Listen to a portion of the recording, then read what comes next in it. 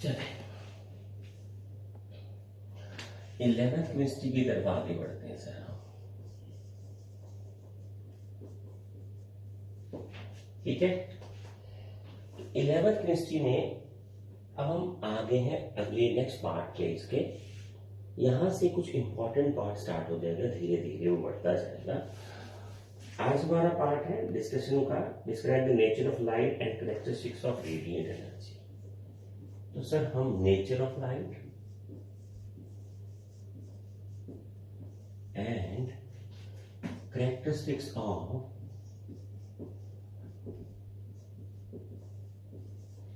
Radiant energy करेंगे sir.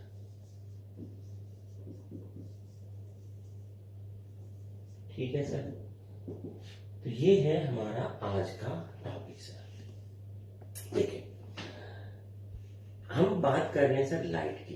पहले तो हम लाइट जैसे अभी आ रही है हम देख रहे हैं, तो लाइट सर एक बहुत ही इंपॉर्टेंट फॉर्म ऑफ एनर्जी है। अब लाइट भी तो रेडिएंट एनर्जी का एक पार्ट ही है, जो रोशनी हमें दिखाई देती है, और बहुत सारी रेडिएंट एनर्जी जो हमें दिखाई भी नहीं देती। तो लाइट एक इंपॉर्टेंट फॉर्म ऑफ एनर्जी है सर हमारी, is an important form of energy. आप बोलोगे हम लिखा क्यों नहीं सर? तो ये लाइन इसलिए लिखी है कि यहीं से हम क्वेश्चन डेवलप करेंगे कि सवाल ये उठ गया था हर बंदे के दिमाग में कि how the light travels from one place to other, कैसे चलती है एक जगह से दूसरी जगह। अब उसके लिए अलग अलग से थ्योरी आने लगी सर। हम वो 2-3 थ्योरीज की आज बात करेंगे। तो nature of light sir, how the light travels from one place to other, वो बात करनी है सर। तो लाइट जो है सर एक इंपॉर्टेंट फॉर्म ऑफ एनर्जी। सो सवाल ये है कि हाउ इट ट्रेवल्स, ये चलती कैसे है, how it travels in the space, कैसे एक जगह से दूसरी जगह पे जाती है। तो सबसे पहले सर ये न्यूटन साहब, न्यूटन्स कॉर्पस्कुलर थ्योरी सर, ये आ गया सर।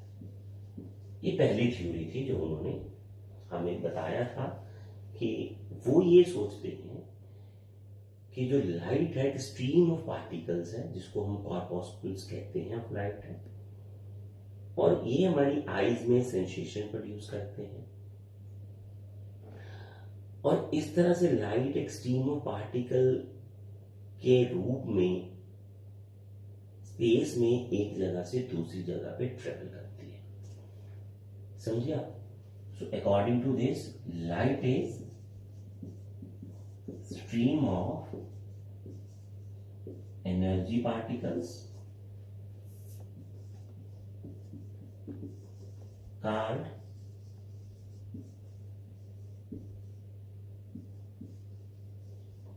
ठीक है,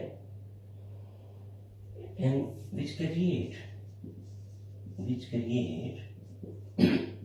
sensation in our eyes, ये हमारी आईज में सेंसेशन को प्रोड्यूस करते हैं। अब इस थ्योरी से उन्होंने लाइट की रिफ्लेक्शन, मतलब एक सरफेस से टकरा के वापस आना, जैसे हमारे पास सर ये हो एक सरफेस मान लीजिए, और मैं अगर यहां से एक बॉल फेंकूं सर तो वो ऐसे टकरा के आ जाएगी। परफेक्ट है sir. So he explained phenomena of reflection. ठीक है, अब ये तो रिफ्लेक्शन हो गया सर, परफेक्ट है। एक बॉल्स है, पार्टिकल्स है, टकराएगी तो वापस आ जाएगी। एंड रिफ्लेक्शन, तो रिफ्रैक्शन भी तो यही है सर, जब ये एक मीडियम से दूसरे मीडियम में जाएगा तो अपना पाथ बदल लेगा। ये हम बॉल को या किसी स्टिक को जब पानी में रखते हैं तो हमें फील भी होता है। तो ये तो उन्होंने सर बता दिया। अब इसी थ्योरी को आइंस्टाइन साहब ने बेस बना के फोटो इलेक्ट्रिक इफेक्ट भी एक्सप्लेन कर दिया। अब मैं एक छोटी सी बात बता देता हूँ सर, फोटो इलेक्ट्रिक इफेक्ट आपको सिलेबस में अभी आना है, तो इसलिए यहाँ उसकी बात नहीं कर पाएंगे तो वो आपको प्रॉब्लम भी करेगा, इसी में आ जाएगा 2-3 लेक्चर छोड़ के। तो यहाँ मैं बता देता हूँ सर, आइंस्टाइन जो थे, यानी 2 साइंस के बिग साइंटिस्ट जो थे, वो इसी थ्योरी को ही एंडोर्स कर रहे थे, वो इसी थ्योरी को मान के चलते। जैसे फोटो इलेक्ट्रिक इफेक्ट एक बहुत बड़ा फिनोमेना है, अब ये मान लीजिए कि सोलर सेल है,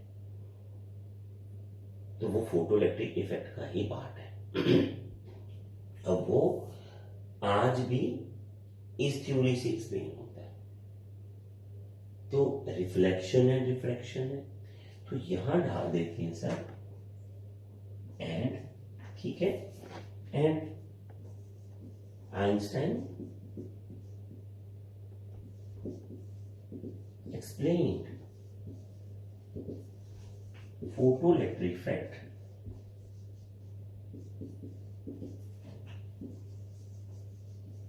taking particle nature of light, उन्होंने भी ये मान लिया था। बट सर ये बहुत कुछ नहीं एक्सप्लेन कर पाए। क्या नहीं एक्सप्लेन कर पाए सर? ये इंटरफेरेंस और डिफ्रैक्शन नहीं एक्सप्लेन कर पाए। जैसे मैं आपको बताऊं सर, मान लीजिए ये पॉइंट है और मैंने यहां एक सोर्स से लाइट डाली। वैसे ये परफेक्ट एग्जांपल नहीं बनेगी इंटरफेरेंस और रिफ्लेक्शन की, डिफ्रैक्शन की, परफेक्ट नहीं है, बट मैं आपको सिर्फ समझाने के लिए कर रहा हूं। तो अगर मैं 2 सोर्स मारता हूं तो यहां पे लाइट की इल्यूमिनेशन, चमक बढ़ जाती है सर। मैं सिंपल सी बात ही कर रहा हूं, सिर्फ आपको समझाने के लिए। वैसे तो इंटरफेरेंस डिफ्रैक्शन +2 में फिजिक्स में डिटेल में आता है, वहां आपको अच्छे से इंटरफेरेंस और डिफ्रैक्शन का मीनिंग समझ लगेगा, पर अभी के लिए ये समझ लो। तो ये पॉइंट इल्यूमिनेट हो जाता है ज्यादा। अब वो ज्यादा कैसे इल्यूमिनेट हो गया सर? एक ही पॉइंट पे 2 पार्टिकल्स तो आ नहीं सकते। एक पार्टिकल जब आ चुका है तो वो दूसरा वहां कहां जगह बना लेगा अपनी। तो ये बात इस थ्योरी से एक्सप्लेन नहीं होती। अगर हमने 2 सोर्स लगा दिए तो वहां चमक बढ़ जाती थी, तो इसका मतलब वहां फॉर्म ऑफ एनर्जी जो आ रही है वो ज्यादा आ रही है। So this theory was not able to explain this thing. This theory was not able to explain refraction and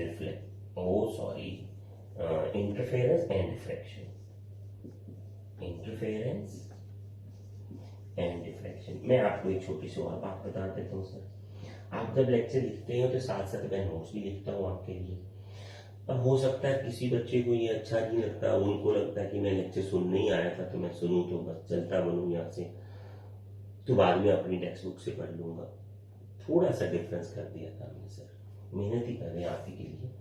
अब वो मत पढ़े तो यही लिख लें सर, आप यही याद कर लें, यही लिख के रख लें, आपको डबल नहीं करना पड़ेगा अगर आपने ये वे अडॉप्ट कर लिया, ठीक है। तो ये इंटरफेरेंस और डिफ्रैक्शन का पार्ट भी एक्सप्लेन नहीं कर पाया, तो फिर इन्होंने इस थ्योरी को डिस्कार्ड कर दिया था। So Newton theory was discarded. Newton's theory was discarded। तो ये फिर उसके बाद डिस्कार्ड कर दी गई थी। आज भी नहीं मानते सर इसको, पर मैं और बता रहा हूँ, वो फोटो इलेक्ट्रिक इफेक्ट आज भी इन्हीं के बेसिस पे ही चल रहा है सर। तो नेचर में सर हमें ये बताना होता है कि लाइट किस फॉर्म में चलती है। अगला पार्ट देखते हैं सर अभी। तो इसका अगले पार्ट में आता है वेव नेचर ऑफ लाइट, ठीक है। तो ये हम मानते हैं सर, ये आपको पढ़ाया हुआ है, 9th में भी पढ़ा हुआ, अपने 10th में भी ये पढ़ा है, तो थोड़ा सा आगे कर लेते हैं सर। तो आज हम आगे डिस्कशन करते हैं wave theory of light. Wave theory of light, बहुत से साइंटिस्ट इस थ्योरी पे काम कर रहे हैं और काम करते हुए उन्होंने ये थ्योरी न्यूटन और आइंस्टाइन से अलग से दी। तो इस थ्योरी के अकॉर्डिंग लाइट जो है travel in the form of electromagnetic wave associated with oscillating electric and magnetic field. इनका मतलब क्या है सर, ये देखिए sir, light travels in the form of oscillating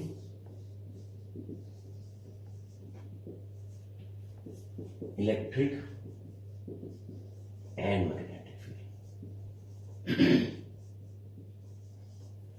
perpendicular to each other.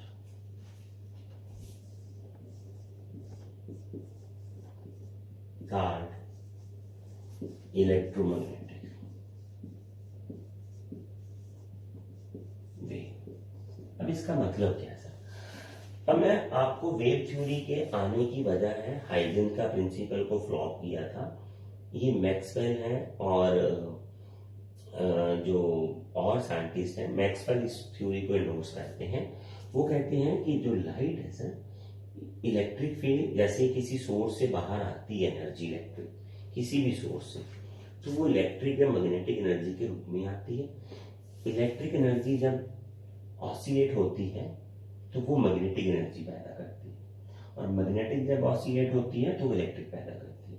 ये दोनों एक दूसरे को ऑसिलेट होते हुए पैदा करते चलते हैं, और कन्वर्शन होते होते ये आगे चलती जाती है। इनको किसी मीडियम की जरूरत नहीं, किसी और की जरूरत नहीं।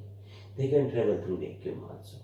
इसीलिए तो सन से जो लाइट है वो हमें इलेक्ट्रोमैग्नेटिक रेडिएशन के रूप में मिलती है। सन और अर्थ के बीच में 8 किलोमीटर स्पेस ऐसी है जहां कोई मीडियम नहीं है, कोई माध्यम नहीं है, तो वहां से ये रेडिएशन खुद ही क्रॉस करती हैं। इनको चलने के लिए किसी माध्यम की मदद नहीं मिलती है। तब इनकी खुद की इलेक्ट्रिक और मैग्नेटिक फील्ड जो है एक दूसरे को ऑसिलेटिंग करते हुए इंड्यूस करती हैं, और ये खुद ही आगे आगे बढ़ती जाती है। इसीलिए हम इनका नाम देते हैं इलेक्ट्रोमैग्नेटिक रेडिएशन कहते हैं सर। ये समझिए ना बात। अब जो एनर्जी एमिट होती है सोर्स किसी से in the form of radiation, तो हम उसको रेडिएट एनर्जी बोलते हैं, ठीक है। जैसे एक्सरेज है, ये वो है, तो द एनर्जी, ये पता चला, the energy emitted from any source is called radiant energy।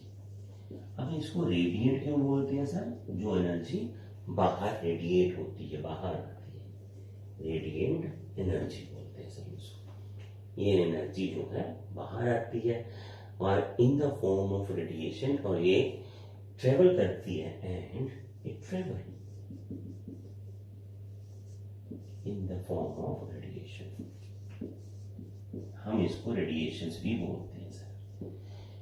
किसी भी सोर्स से जो एनर्जी बाहर आती है हम उसको रेडिएट एनर्जी बोलते हैं, और वही एनर्जी जो ट्रेवल होती है उसको रेडिएशन बोलते हैं। और क्लार्क मैक्सवेल ने इस रेडिएशन, रेडिएट एनर्जी का नाम इलेक्ट्रोमैग्नेटिक वेव रखा। सो इन 1856, वो मैंने पहले बता दिया, मैक्सवेल। अब मैंने डेट इसलिए डाली है सर, ये देखिए अभी एटम खोज नहीं हुआ था।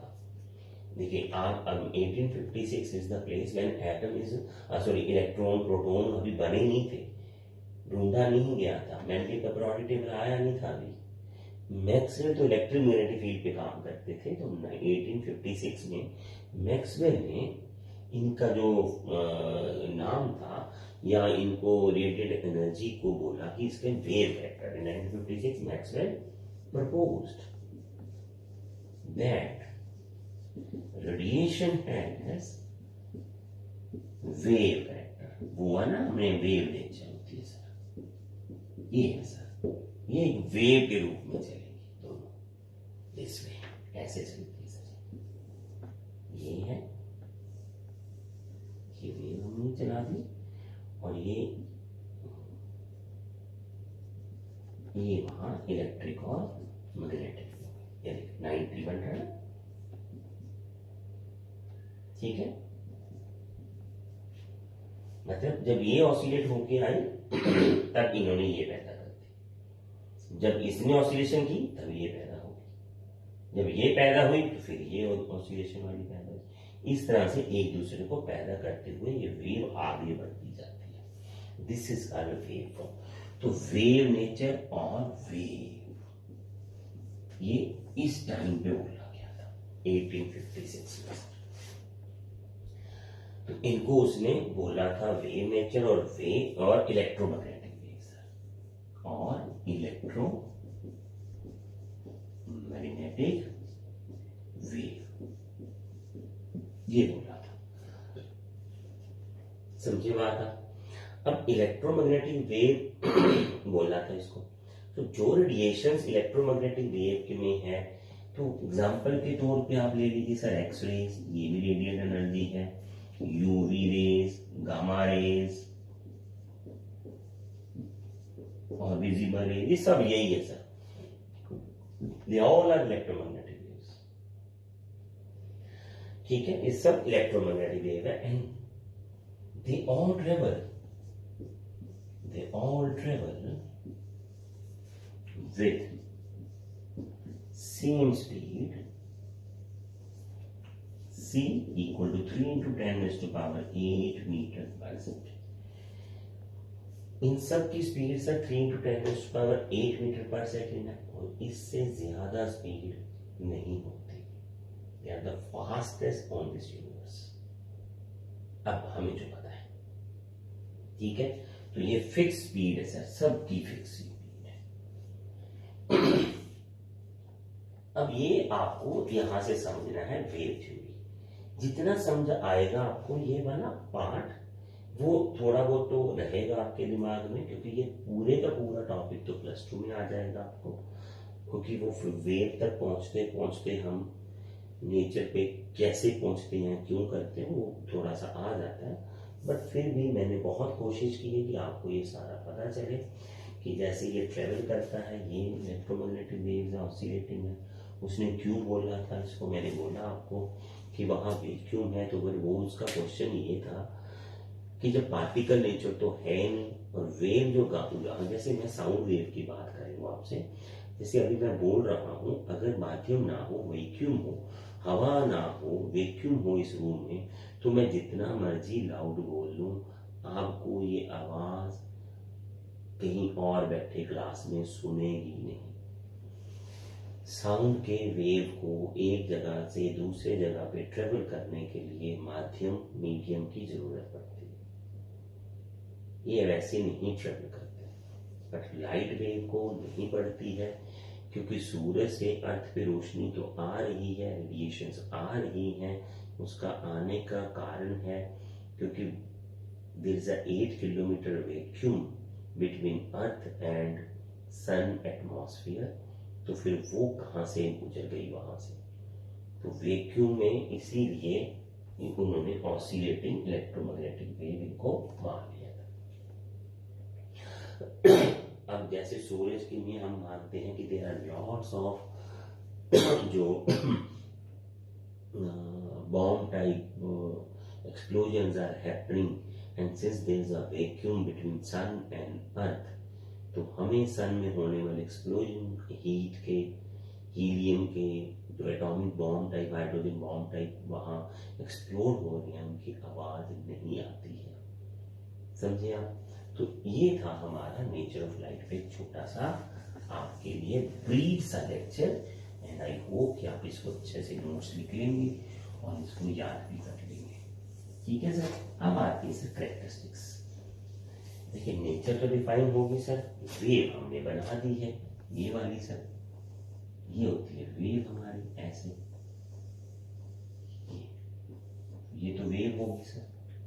अब इसकी एक कैरेक्टरिस्टिक्स होंगी, तो कैरेक्टरिस्टिक्स माने हैं कि इसको कैसे हम देखते हैं सर, अलग अलग टर्म्स है।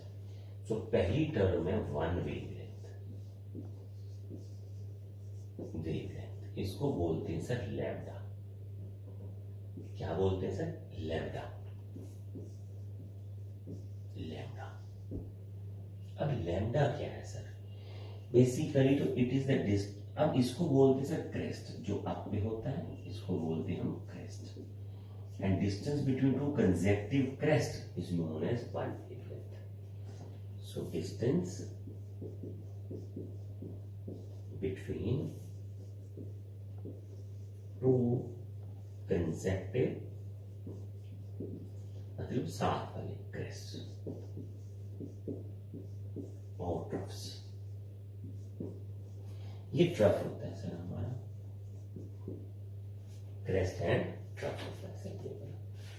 ठीक है, तो उसको हम वन वेवलेंथ लैम्डा बोलते हैं, और लैम्डा को सर एंगस्ट्रॉम में मेजर किया जाता है 10⁻⁻10 मीटर। आप पिकोमीटर में भी मेजर कर सकते हो इसको आप। ठीक है, वो 10⁻1 पिकोमीटर जो होता है वह 10⁻⁻12 मीटर होता है। आप नैनोमीटर में भी मेजर कर सकते हो 10⁻⁻9 मीटर। ये डिपेंड करता है, क्योंकि ये रेडिएशन है ना, तो वेवलेंथ तो छोटी होगी, तो ये छोटे वाले हमारे जो है यूनिट्स है वो काम आएंगे। ठीक है सर, तो ये है सर एम्पलीट्यूड मैक्सिमम, ये आ गया एम्पलीट्यूड। तो एम्पलीट्यूड होता है सर जो maximum displacement a wave oscillation can take, तो इसको बोलते हैं सर एम्पलीट्यूड। वैसे तो एम्पलीट्यूड को बड़े ए से लिखना चाहिए। तो सेकेंड आता है सर आपके पास amplitude, maximum displacement of a wave. ठीक है, समझे आप? तो ये हो गया हमारा एम्पलीट्यूड, वो तो सिंपल ही है, ए से लिखने से। अब आता है सर फ्रीक्वेंसी, इसको न्यू से लिखते हैं। न्यू बोलते हैं sir in number of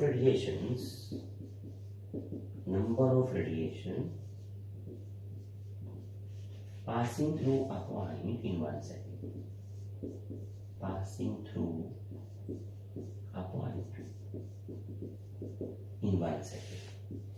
1 second में किसी पॉइंट से कितनी वेव्स क्रॉस करती हैं उसको हम उसकी फ्रीक्वेंसी बोलते हैं सर। 1 सेकेंड, मान लीजिए पॉइंट है, तो यहां से कितनी वेव गुजर गई 1 सेकेंड में, तो हम उसको उसकी रेडिएशन की फ्रीक्वेंसी मान लेंगे। बेसिकली फ्रीक्वेंसी तो इधर हमने मान ली, हम तो फ्रीक्वेंसी होती है sir inversely proportional to lambda. समझे आप? Inversely proportional to lambda. अगर लैम्डा छोटा है फ्रीक्वेंसी ज्यादा होगी, मतलब तो यही है सर 1 सेकंड में ज्यादा वेव गुजर जाएंगी। छोटी वेवलेंथ होगी तो नंबर ऑफ वेव ज्यादा क्रॉस कर जाएंगी। ठीक है, अब इसका यहां से एक मतलब निकलता है सर। ठीक है, तो वो क्या है सर, ये देखिए lambda into nu equal to c constant. मैं कांस्टेंट मानूंगा और वैसे इसको स्पीड ऑफ लाइट लिखते हैं। मैंने अभी बताया था कि कांस्टेंट होता है, यानी product of lambda wavelength and frequency of any wave is always constant equal to speed of light. ये बढ़ नहीं सकता इससे, इन दोनों की प्रोडक्ट हमेशा इतनी आएगी। अगर आपके वेव की वेवलेंथ ज्यादा है तो उसकी फ्रीक्वेंसी कम होगी। ये देखिए वेवलेंथ ज्यादा फ्रीक्वेंसी कम, तो फोर्थ पॉइंट पे आएगा भी speed of light, speed of light C. अब ये तो हमने कर लिया लैम्डा इनटू न्यू, और जो फिक्स है सर फिक्स है ये भी हमने लिख लिया था। हर रेडिएशन जो इलेक्ट्रोमैग्नेटिक वेव है ना, हर इलेक्ट्रोमैग्नेटिक वेव की स्पीड ऑफ लाइट फिक्स है सर। अब एक छोटी सी टर्म और बचती है सर फिफ्थ पे, ये आता है सर वेव नंबर आपका, वेव नंबर। इसको न्यू के ऊपर बार लिखते हैं सर। अब वेव नंबर जो होता है सर आपका वो होता है 1/λ। लैम्डा का रेसिप्रोकल जो होता है उसको हम एक इसका वेव नंबर बोलते हैं सर। समझिए आप, 1/λ जो होगा वो होगा वेव नंबर। अगर हम यहां से चले सर तो आपके पास जो वेव नंबर है वो क्या बन जाएगा, ये देखिए। समझिए आप, तो ये बन जाएगा सी, ये वाला, ये होता है सर वेव नंबर, टाइम के भाग के फ्रीक्वेंसी में स्पीड ऑफ लाइट। तो ये सारी वो टर्म्स हैं, वो कैरेक्टरिस्टिक्स हैं वेव के, जो टर्म्स हमने डिफाइन करने थे, ये प्रॉपर्टीज उस वेव के पास होती है सर। अब इस टॉपिक के हम थोड़े बहुत न्यूमेरिकल्स हैं 4-5 वो कर लेते हैं। तो ये टॉपिक आज का हमारा फिर खत्म हो जाएगा। देखिए आगे जो टॉपिक आ रहा है वो स्पेक्ट्रम है सर, तो वो अलग एक पार्ट है। धीरे धीरे आप करते जाओ, don't make haphazard, don't go for maximum syllabus in a day. जितना पढ़ लो उतना ही आप करते जाओ, धीरे धीरे आपको सब कुछ फिर समझ लगेगा।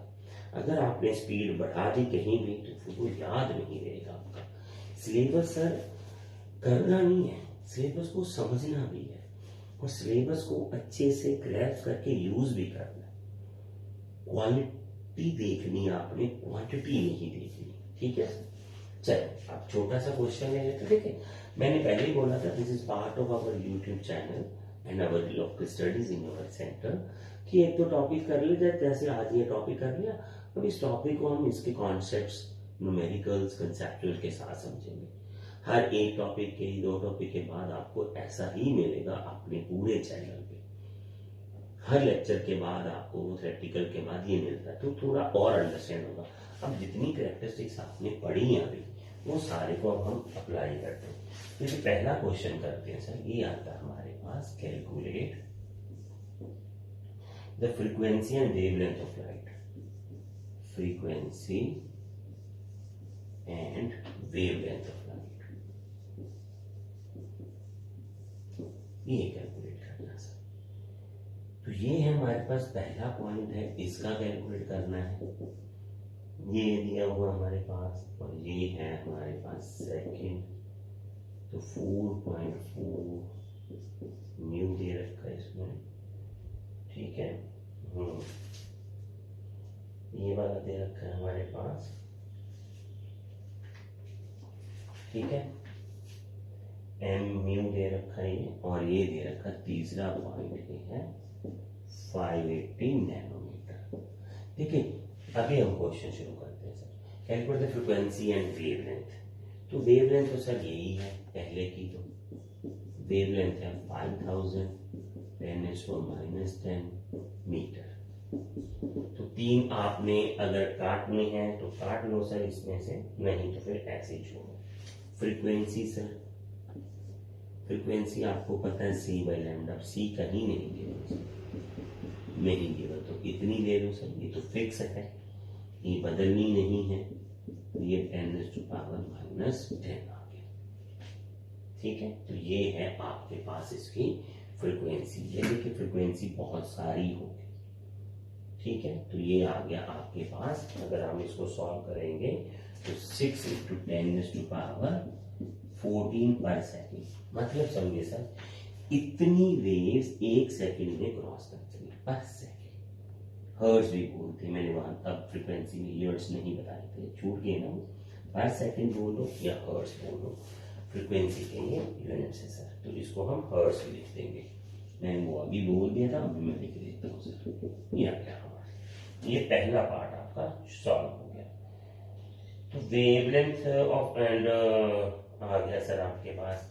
तो इसमें वेव नंबर को भी निकाल रखा है सर, तो वेव नंबर तो 1/λ। आई होप कि आपको निकालना ही वेव नंबर होगा, शायद क्वेश्चन में थोड़ा सा प्रिंट आउट में एरर है ये। तो 2 × 10⁻⁴, ठीक है, पर सेंटीमीटर। ये सेंटीमीटर में निकाल रखा, आप किसी में भी निकाल सकते हो सर। ये सेंटीमीटर ले लिया ना, ये वाला सर देखिए 5000 10⁻⁻8 सेंटीमीटर भी होता है। अगर आप मीटर में ले लोगे तो कोई दिक्कत नहीं है, 2 बढ़ जाएंगे या 6 आ जाएगा, उसमें कुछ दिक्कत नहीं है। ये अलग अलग से होते हैं, ये देखने वाली बात है आपके लिए, ठीक है। अब आगे आ गया सर सेकंड पार्ट देखते हैं सर इसका, ये वाला आ गया। अब ये लैम्डा दे रखा है आपको 4.4 10⁻⁻6 मीटर। ये मिली में माइक्रो है सर, माइक्रोमीटर होना चाहिए था, ठीक है। तो ये आपको याद रखना है सर, ठीक है। एम म्यू होता है ये माइक्रो, ये 10⁻⁻6 मीटर के ही यूनिट है ये याद रखना। वो यूनिट वहां आया नहीं था, तो ये याद रखना आपने। अब फिर तो वही आ गया सर बात आपकी, c/λ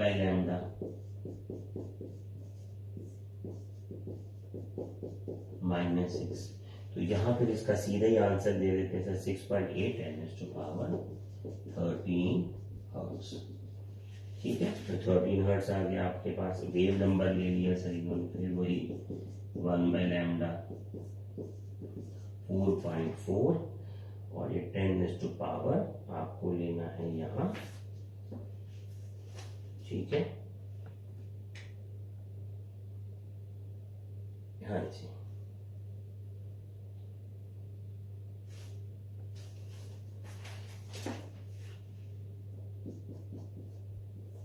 -6। ये सेंटीमीटर में ही निकालते हैं सर इसको, आंसर को हमेशा ये याद रखना है।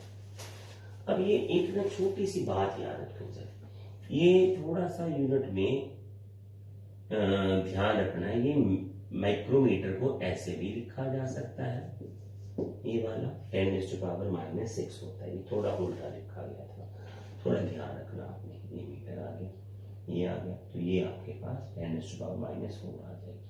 अब इसको आप कर लेना। ठीक है, तो ये सेंटीमीटर में आंसर। वेव नंबर के ज्यादातर जो आंसर हैं वो पर सेंटीमीटर ही निकाले जाते हैं, ये देखिए। अब वो नैनोमीटर आ गया आपके पास थर्ड। तो लैम्डा आ गया आपके पास 580 10⁻⁻9 मीटर और फ्रीक्वेंसी आ गई c/λ। आप खुद कैलकुलेशंस कर लेना सर इनकी, 9 हर्ट्ज। ठीक है, अब वही वेव नंबर सर 1/λ 1/580 10⁻⁷ सेंटीमीटर। तो ये भी निकाल लेना, ऐसे सेंटीमीटर में आंसर को छोड़ना है, समझे। तो ये आपको कैलकुलेशंस करनी है, वो थोड़ी सी करेक्शन थी वो मैंने कर दी आपके लिए। ये आपको कन्वर्शन और ये वेव नंबर वाला काम करना है, ये वाला। ठीक है, आगे चलते हैं सर हम। आगे क्या है सर, अगर और देखें तो अब धीरे धीरे 2-3 क्वेश्चंस और ले लेते हैं जल्दी से। देखें सर क्वेश्चंस को। ठीक है, तो क्वेश्चन है ये वाला आपके पास। ठीक है जी, the frequency of D line in the spectrum of sodium, the frequency of D line in the spectrum of sodium, in the spectrum of sodium is 5.09 10⁻14 per second. Calculate the wavelength.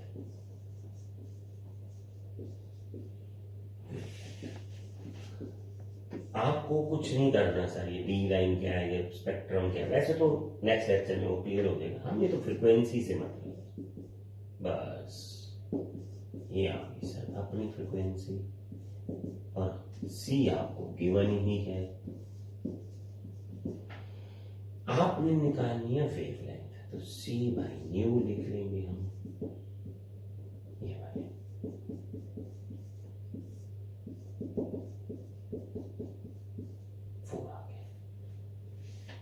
ठीक है, तो अब इसकी जो wavelength है वो आपको बतानी है इसकी। ये आ जाएगी आपके पास नियरली 0.5890 10⁻⁻6 मीटर, ये आ जाएगी आपके पास। ठीक है, तो ये 14 लेना है हमें, ये भी 14 है, 14 का ये मीटर है। ठीक है, अब ये आंसर नहीं चलेगा, बताता हूं क्यों सर। आप क्या करो सर, इसको ऐसे करो,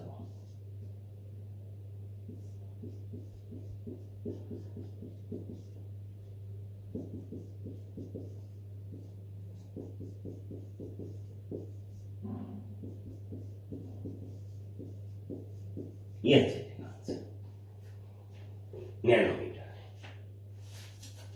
ठीक है, ये वाला जो आंसर है वो आपका चल जाएगा। क्लियर, ये ध्यान रखना आपने। तो आगे देखते हैं, वो तो वही क्वेश्चन है, ये सारे सिंपल से हैं क्वेश्चन, आपको देखते रहो, इसको अच्छे से पढ़ लो, क्वेश्चंस आपके सारे हैं। ये वाला एक क्वेश्चन और, तो ये है question A, certain radio station broadcast on a frequency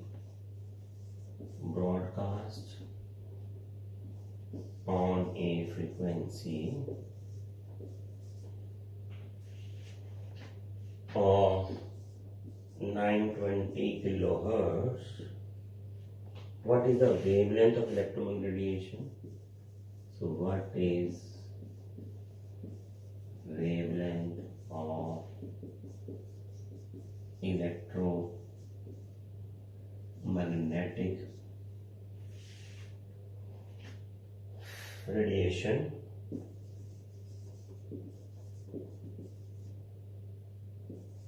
broadcast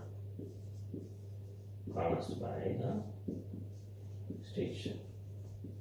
ऐसे ऐसे क्वेश्चन आ जाते हैं सर आपको।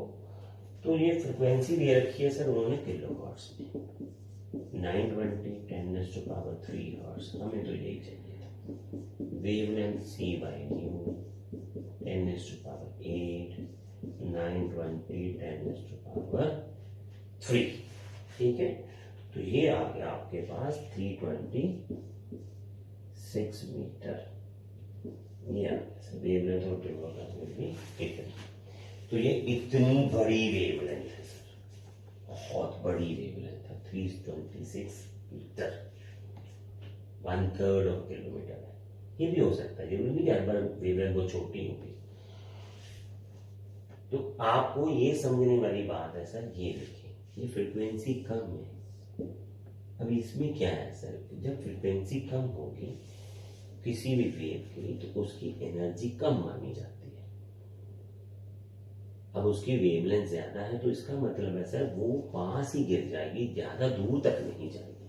मतलब इस रेडियो स्टेशन की जो रेंज है, जैसे आप एफएम सुनते हो सर, फ्रीक्वेंसी मॉड्यूलेशन बोलते हैं, उनका जो दायरा होता है वो आपको नियरली 50-60 किलोमीटर तक मिलता है।